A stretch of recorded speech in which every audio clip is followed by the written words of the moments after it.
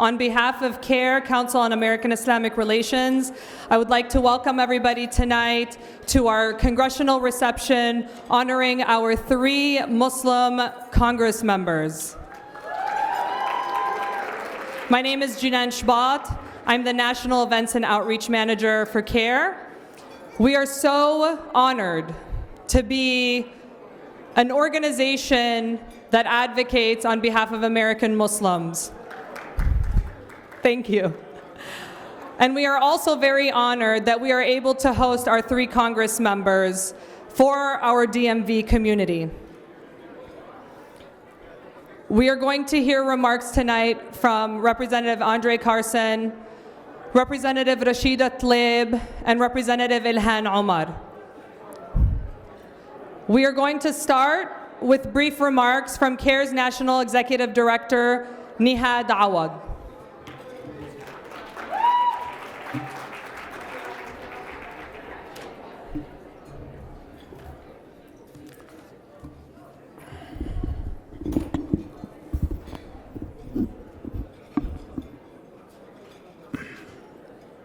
Assalamu alaikum and good evening. In the name of God, the compassionate, the merciful, Bismillah ar-Rahman ar-Rahim. Thank you all for coming. I think you agree with me that tonight is a special and historic evening with the presence of 3 elected Muslim officials to the Congress.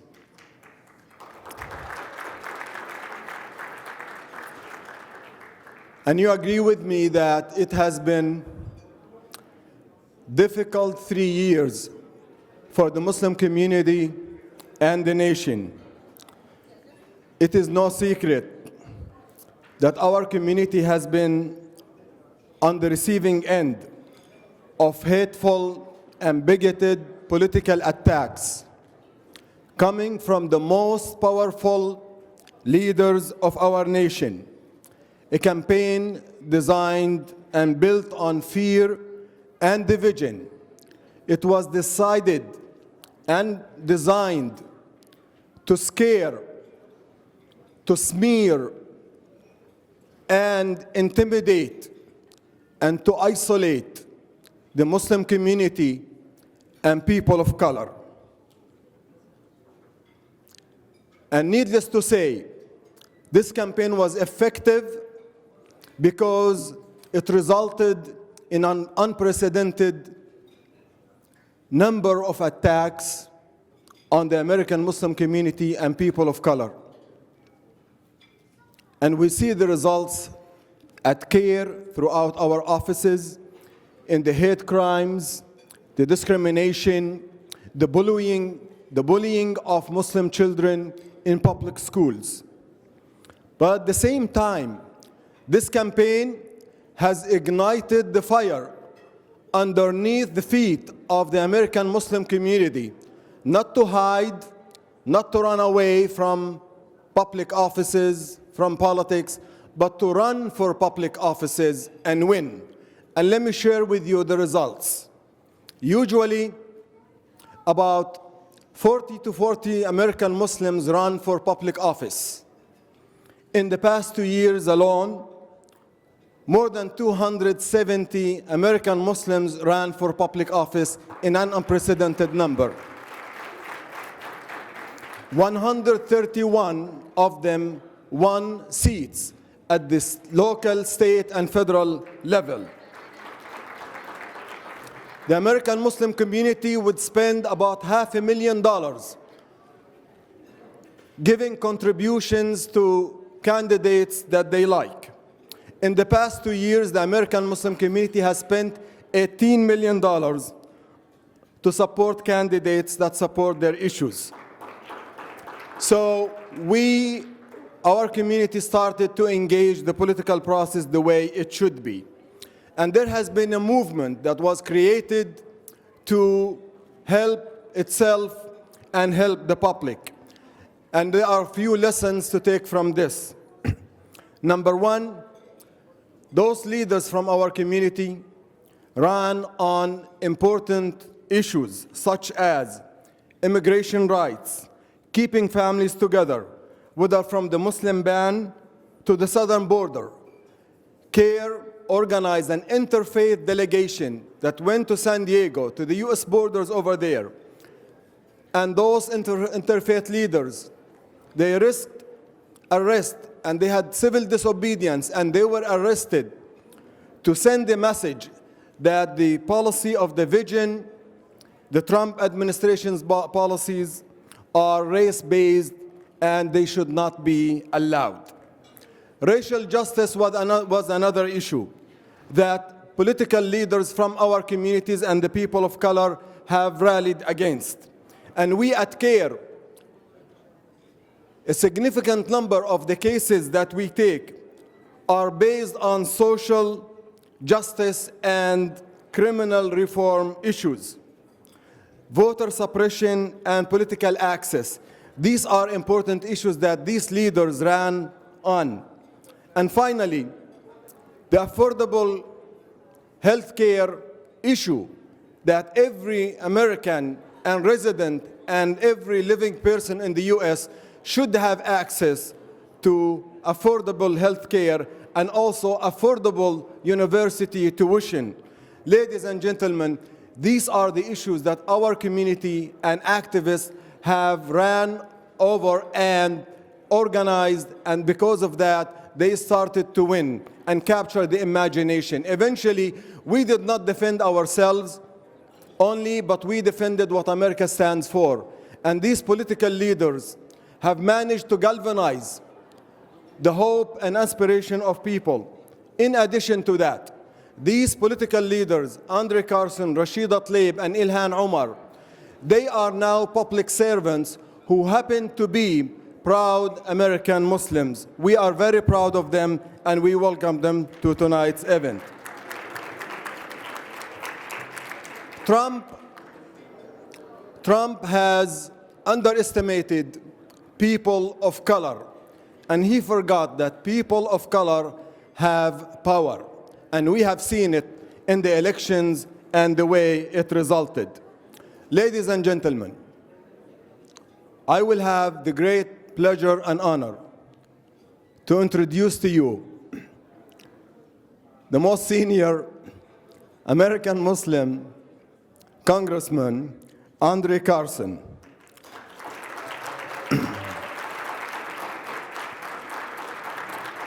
André Carson is the representative. They know who I am. Thank you, brother. Thank you. They know, I have a meeting, brother. Thank you. But I also have to say All right. that this brother and leader is someone that we admire, we respect. He's a public servant that has inspired people around the country, but mainly in his 7th district of Indiana. So it gives me great honor and pleasure to introduce to you our representative, André Carson. Thank you. Thank you, brother. You know I love you. Salam alaikum. Nihad is a good speaker, isn't he? I don't even have anything to say. He gave his State of the Union. Thank you. No, I want to thank you all. It is an honor to be here with CAIR. CAIR does not get the credit she deserves. Nihad, we thank you for your leadership, and we thank the CAIR chapters all across the country for their collective leadership. CAIR has been so instrumental in the fight against injustice, in the fight against Islamophobia, in the fight with even working with law enforcement to educate the community about the atrocities and the poison and the toxicity that goes with Islamophobia. You know, voters across the country showed up and showed out. They did so much that they elected our brother, Superman Keith Ellison, to be Attorney General. Yeah. They left Batman, I felt all alone. And then all of a sudden, I looked in the sky and I saw Wonder Woman come out of nowhere. And then I looked on the other side and I saw Storm from the X-Men come out of nowhere. And we've got firepower in Congress. We got Sister Rashida in the house, and she's tough. Man. She's the kind of sister you take to a debate with scholars with you because she'll rock the house. She's also the kind of sister you take with you if you're about to get jumped, because she'll fight too. That sister's tough. Love her dearly. I've known her. I had a reporter come to me the other day and say, what do you think about Rashida and what she said? This reporter was with Breitbart at one time. I said, I love her. I've known her for a decade. She's a fighter, and I stand with her. And we should stand with her. See, before we talk about a astaghfirullah, the sister, you need to be saying alhamdulillah and protecting her, because Donald Trump is the astaghfirullah. You know, I think Sister Ilhan is on the way, but I want to encourage each and every one of you. If you see these sisters out, don't stress them out with microaggressions. Don't wear them out, but show them love. Brothers, if you see them out and they're holding bags, help them to their cars.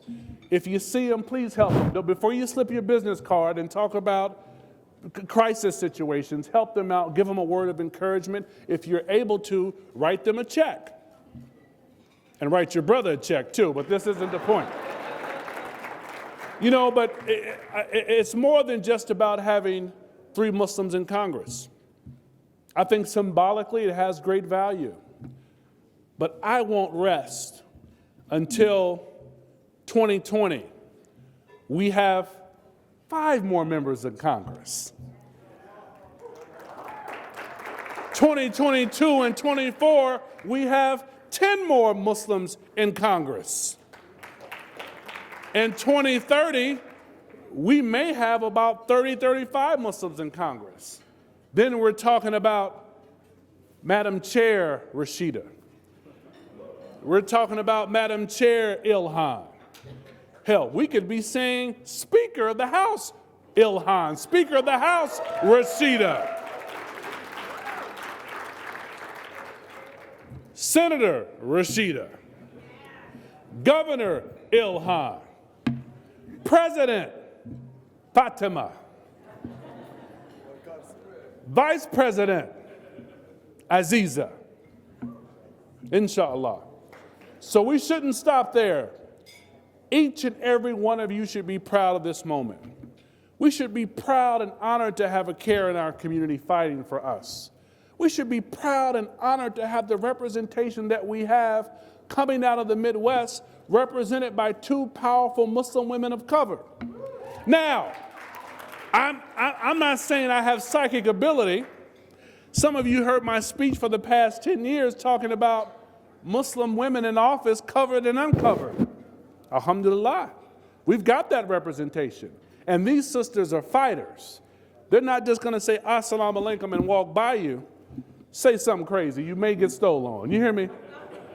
But they're powerful, they're smart, they're ready, they represent the next generation of democratic leadership. They're unapologetic about who they are, and they won't bow down, and they'll never sell you out. Now, what you have to do and what we have to do is make sure we're supporting them.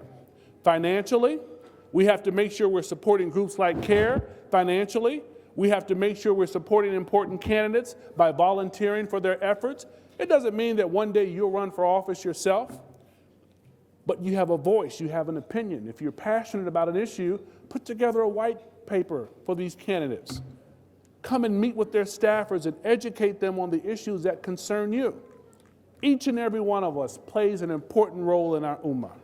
Each and every one of us has a directive to represent Islam and all of our imperfections, but to represent Islam and let the world know that Muslims are here to stay and Muslims are a part of America, and we will have a Muslim caucus that is sizable, that is formidable, and that is there for you. Jazakallah khair. CAIR, keep up the fantastic work. Brother Nihad, I need to go across the country now. The last time I got a CAIR PAC check, I got in trouble for it. I'm still getting in trouble for it.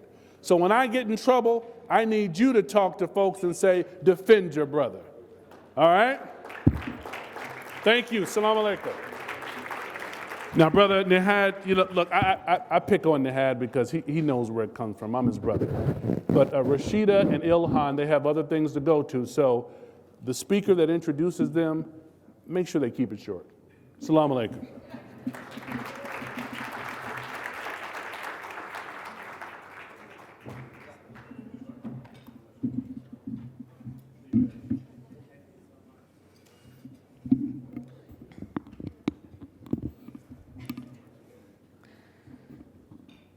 I have been told time and time again that I do not belong here. That I, an American born and raised, do not belong here. An American who pays the same taxes, votes the same elections, and participates in the same random surveys do not belong here. And I will admit, for a very long time, I felt like I do not belong here. Like my mother's accent was responsible for me to be any less American, or our traditional home-cooked meals. I had almost forgot that our country is made up of hardworking men and women who did not take their first breath on these streets, but that didn't make them any less American than those who did. For some reason, it wasn't the preparing for random selections at the airport that started a fire within me. Nor was it the stares I could feel from across the room on every September 11th in school while growing up. It was the moment where I stood between my allies, hand in hand, walking down Pennsylvania Avenue, and was met by a man who told me I wasn't American enough. At that moment, we drew our weapons at the same time.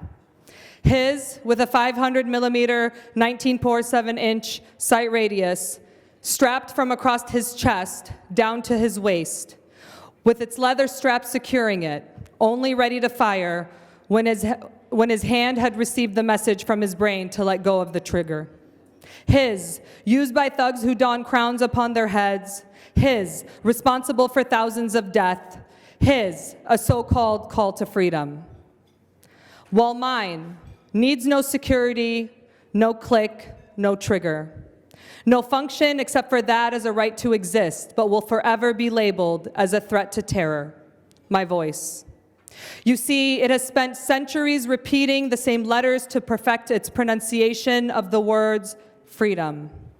To defend itself when the words, go back to your country, escape your vile lips.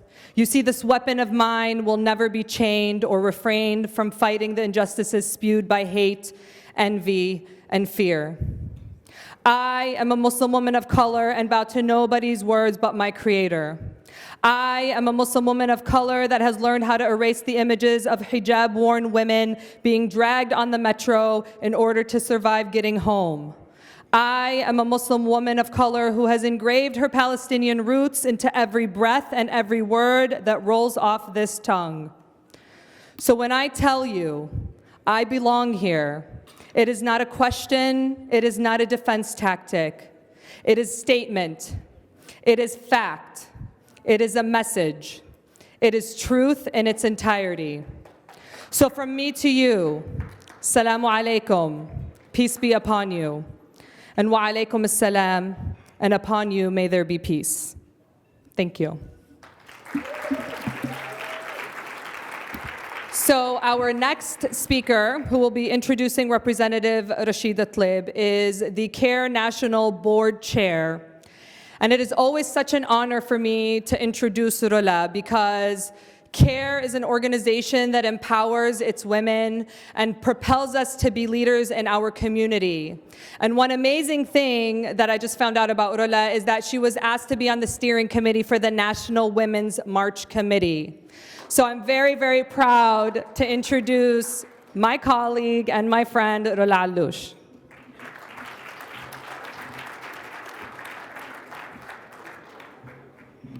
Assalamu alaikum. How about another round of applause for Janan, who did such a wonderful job with that poem?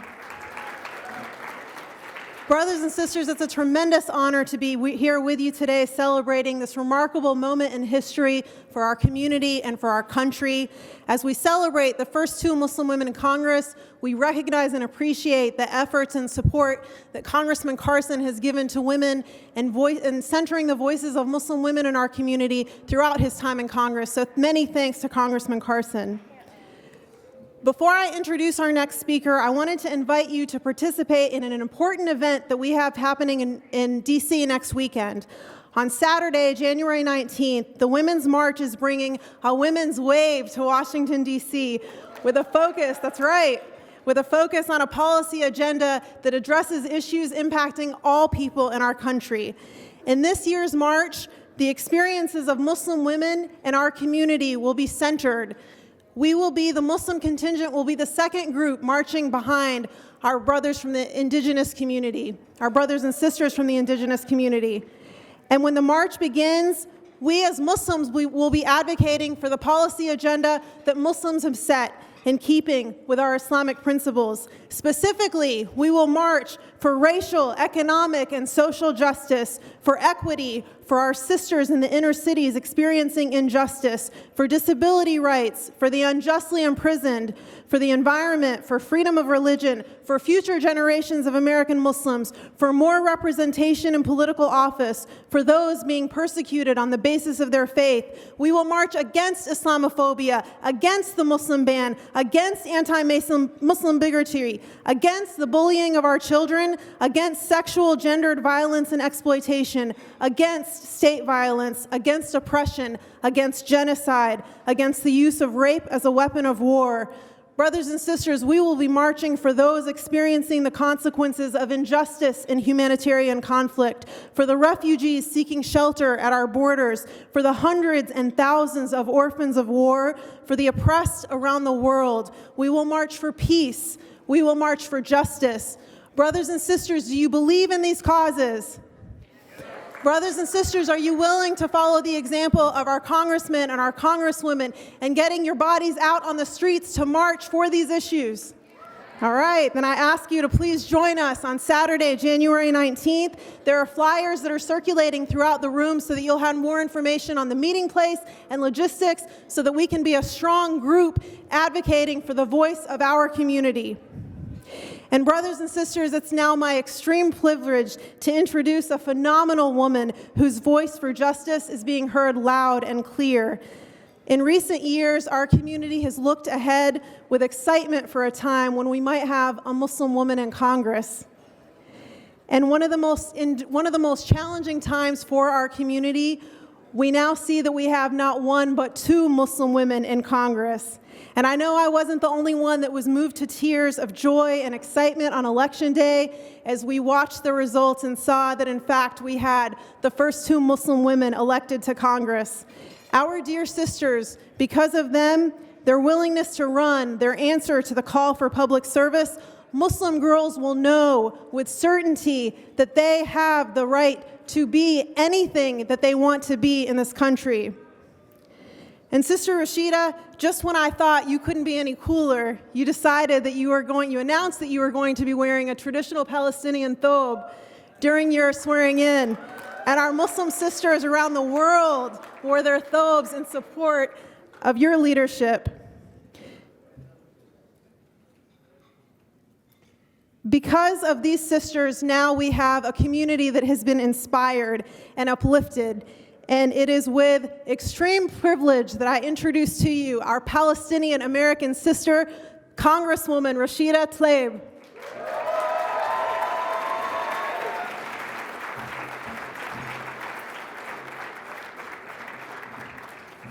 Assalamu alaikum.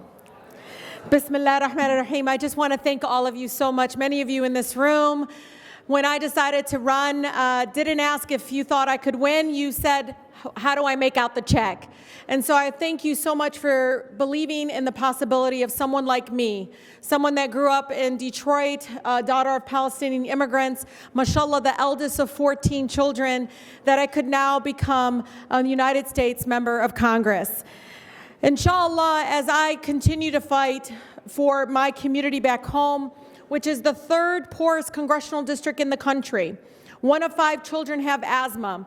From corporate polluters who I had to trespass onto their property to get samples of toxins to get tested, to the incredible, corporate greed that gets vested into our city, that, push back against complying with laws, you push back blocking his trucks for about an hour. Many of you don't know these stories about me, but I was an activist before I became a member of Congress. I was a person that was a mama seeking for justice, and I did it unapologetically with civil disobedience, from getting kicked out of a rally that Trump had in my city, to being pushed up against a billionaire that tried to recall me when I was a Michigan State representative. This is just who I am, and this is how I fight back. But I can tell you, when I met this young girl, Brianne, in California, who's 11 years old, and she had a blazer on. She had a regular shirt on. She had this blazer on her. And I said, Brianne, mashallah, look at you, the little blazer. She goes, I'm trying to look like you. And I said, girl, forget Congress, run for president. And she goes, uh-huh. That's what we do. That's, mashallah, that's what we did. Our young women are now believing that their place is on the House floor, that their place is in the White House, that their place is above and beyond serving others for good. And so be so grateful, alhamdulillah, mashallah, that we now feel in many ways that we belong here, and this is our country like anybody else's. A black pastor in my district said something that was very profound. He said, and he was looking at me in the church pew, and I looked up, and he said, we're not a country that's divided. We are a country that's disconnected. And why I bring this up is because I don't want us to be silent when the President of the United States calls Mexican rapist. Don't wait until he comes after us. Speak up now. Because let me tell you something, when we're silent like this, when we're not talking about the harm that even the shutdown is having on our neighbors across this country, when we're not speaking up about harm to other communities from those that are being ripped apart at the border, children, even if they're not Muslimin, this is the time to speak up. And mashallah, when I saw the imams, the Muslim advocates at the border getting arrested, I cried. Because for me, getting elected, not in a predominantly Muslim or Arab community, but a predominantly black and white communities, this is a community that made history, and this is a community that keeps continuing being denied a seat at the table. And they looked beyond my faith. They looked beyond my ethnicity, and they elected me, and we made history. And so I want you to understand that we're all in the same element of fighting against racism, bigotry, and all of those things, because it matters so much when we do not speak up. So when we do it with thinking of Muhammad, peace be upon him. He was all about justice. He was all about pushing up against all of the things that you see were from slavery to what we see now. If he was here today, he would be stronger and stronger in pushing up against the kind of injustice that we see coming out of the White House. And so thank you so much, Jazakallah khairan, for all of you that have been part of my historic campaign. This is a historic campaign that I can tell you from when I saw Congressman Carson a long time ago. He said, sis, he always called me sis. He's like, sis, when are you going to run for Congress? I'm like, I don't think they're ready for me. And he's like, no, you got to run.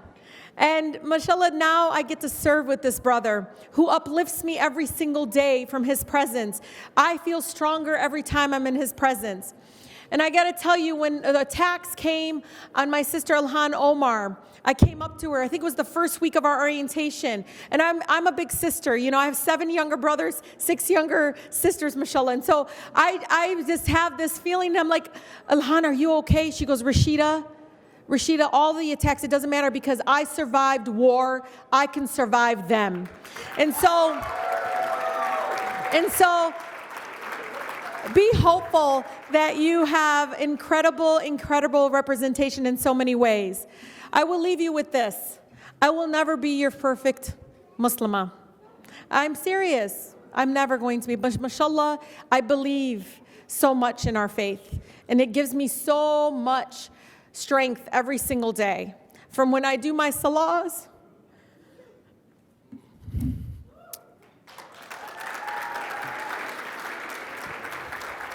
and I ask Allah to give me strength to get up every single day because children in my community are suffering.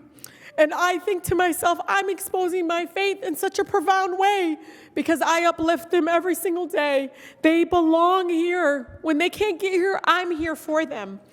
But I can tell you from being with my sister Ilhan to my brother André Carson, I don't feel alone. So please, like Congressman Carson said, write us checks, but also uplift us. Uplift us all the time.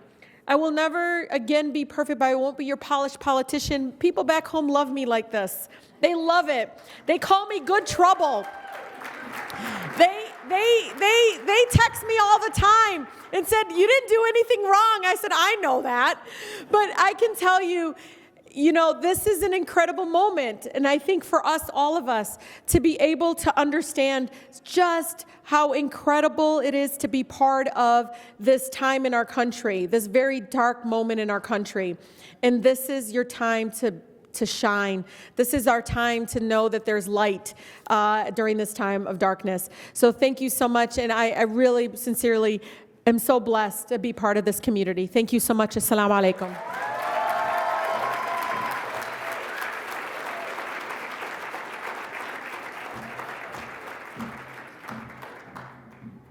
Don't worry, I'm not going to do another poem. Unless you want me to. I wish if we had more time. Okay, so as many of you know, CAIR has been around for a very long time. Nihad Awad, our executive director, and Ibrahim Hooper, who's in here somewhere, our director of communication, started this organization. This year, it'll be 25 years ago. So we are approaching a very monumental year as CAIR, and we know that we could not have done this without the support of our community. And I'm not sure if you guys realize this, but CAIR has chapters all across the country. And, all of our chapters serve the communities that they are in. We want to make sure that the work that we do fulfills the needs of our community. And we are so lucky to introduce our Congresswoman, Ilhan Omar, the executive director from our Minnesota chapter, an amazing person who is so active in the community, who has strengthened the chapter in Minnesota and has done so much great work, my brother Jailani Hussein. Assalamu alaikum. Let me try that again. Assalamu alaikum. It is truly my honor to be here and to introduce Congresswoman Ilhan Omar. I wanted just to say a few words. Most of you know Minnesota to be a really cold place. And I want to tell you, it is a cold place. But my father always says what makes Minnesota home, for those people who ask, why did you leave Somalia and chose Minnesota of all places? My father always says it's because the people in Minnesota make it warm. In 2007, our state made history. We elected the first ever Muslim congressman in the history of the United States, in Keith Ellison. And when we did that, it inspired all of us in our state and across the country. And this week alone, in the state of Minnesota, we swore in Congressman Ellison as the Attorney General of the state of Minnesota. At the same time, we also swore in two House of Representatives, Sister Hodan Hassan and Brother Mahmoud Noor.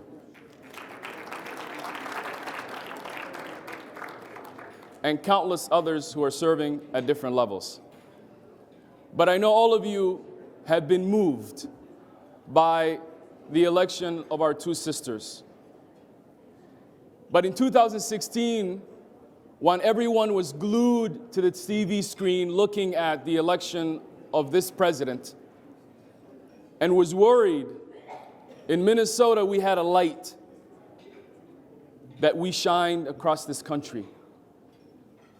a silver lining to the 2016 election, and that was no other than Ilhan Omar. While this country was struggling with that election, we made history by electing Ilhan Omar. But we were not done. We also decided to send her to Congress, and she's here today. And I want to just say, I've known Ilhan for quite some time. In fact, we actually went to college together.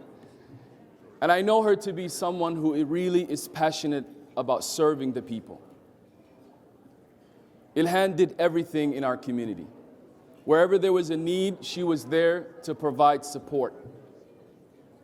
And in her early activism in our community, not only traveling to Somalia to help with famine relief, but also doing many great work that she was doing.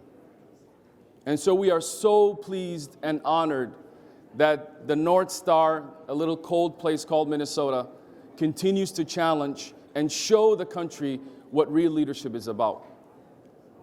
Our governor this past week also made history by having a lieutenant governor who's the highest serving Native American in the country, in Peggy Flanagan. But at the same time, today, I want to say my sister and my friend Ilhan Omar and Rashida Tlaib and brother André Carson are going to make us proud. But what I'm asking all of you to do is recognize that they need us. They need us for their support, but they also need us to be able to make sure that we are on the ground advocating and continuing to inspiring our young people, not only to just vote, but to also participate. And so I know all of you are here to listen to Ilhan. I'm going to get off the stage, but I will leave behind with you this thing that our governor said a week ago. He said, if the nation is not going to lead, if Washington is not going to lead, at least in Minnesota, we're going to lead. And we're so proud to have Ilhan Omar be that voice for us.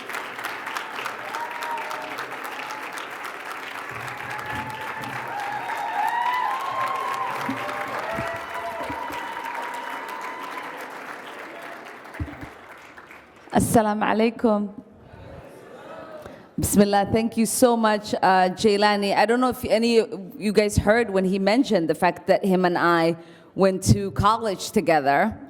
Oftentimes people say, do you know Jailani from CAIR? And I'm like, yeah, I know him. I hope you don't ever talk to him about me because he might have secrets I might not want you to know. But I am honored to be here with you all. I am honored to get sworn in with my sister, Rashida Tlaib, and to serve with my brother, André Carson. And on Monday, I was very honored to go to Minnesota and see Congressman Keith Ellison, who has been a mentor to me and to many of us, get sworn in as Minnesota's first Black Muslim Attorney General. And just like he became the first Muslim to get elected into Congress, he became the first Muslim to get elected as an Attorney General. So Minnesota does certainly continue to make history in so many ways. Rashida earlier talked about not being a perfect Muslim. The thing that excites me really about the prospect of us serving as the first Muslimas in Congress isn't that we seek to be perfect. It's that we seek to tell a different story about Muslim women here in the United States and across the globe. Far too long, there has been a narrative that developed around what a Muslim woman is like. How she shows up in her community, who gives her permission to leave the house, who helps her get dressed in the morning, can she speak, is she allowed to lead? And by our sheer presence in Congress, we say, as Muslim women, we are in charge of our lives, our destiny. We get to decide where and how we show up. we are not interested in asking for a permission or an invitation. All we have ever asked for is for people to get out of the way so that we can step in to our place of influence. Rashida was correct earlier. The Muslim community is one of the most generous communities that I have known. When I announced, like Rashida said, to run for office, my election was very different than most people. Congressman Keith Ellison, Attorney General Keith Ellison, did not give me much time to make a decision. He kind of made that decision for me because he announced that he was running for Attorney General the day before filing closed. And so I had about 4 hours to make a decision. I didn't even have time to tell my kids or my husband that I was going to run for Congress. My father was sick in the hospital, and I didn't have time to go and have a debate with him on whether the decision was right or not.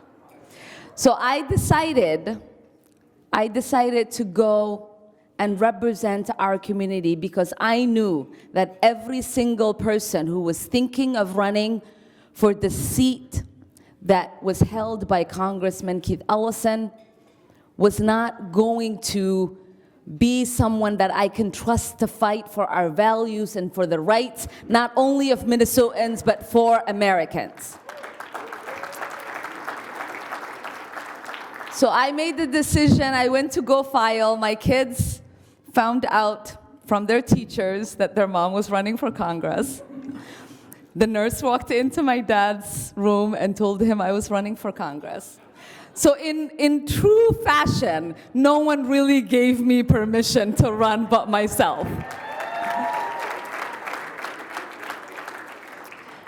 And I am delighted, really, in this particular time in our nation's history, for there to be two unapologetic, unbought progressive leaders from the Muslim community who are women representing us in Congress.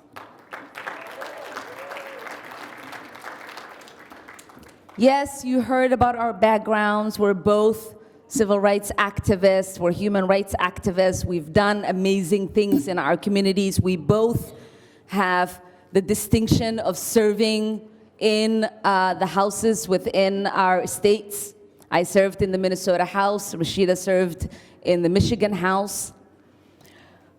But this particular time in our nation's history, where we are really at a dangerous crossroads, where we have people that are using fearful rhetoric,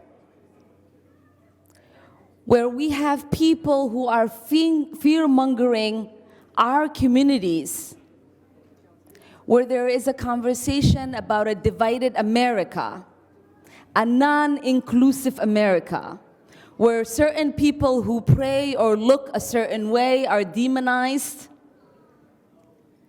Our states have sent a clear message about what America looks like and who deserves to represent America.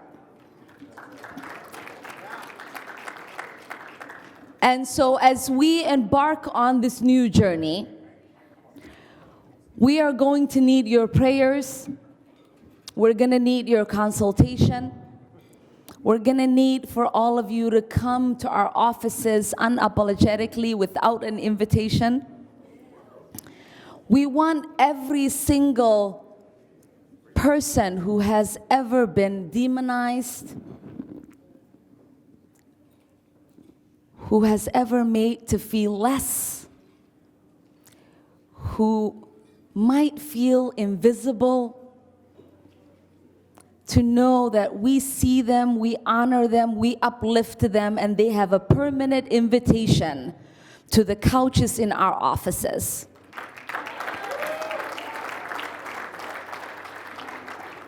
I knew as an immigrant, a new immigrant to this country who has only been here 20-some years, that I didn't need I didn't need someone to say it was okay for me to run to represent my community in the 5th in the People's House, because it's the People's House. They get to make that decision. And so I want you to know that you belong in the People's House. That's your house. You are the influencers. You are the powerful ones. Your advocacy, your voice needs to be heard. You are now going to have 3 voices. But please know that our communities are not monolithic. We don't speak with one voice. And we want to represent the diversity of our community and have all of their voices be heard. So prepare your notes and come see us, because we are ready to throw down for you and the interest of the people of this country. So thank you so much for honoring us, and I look forward to serving you.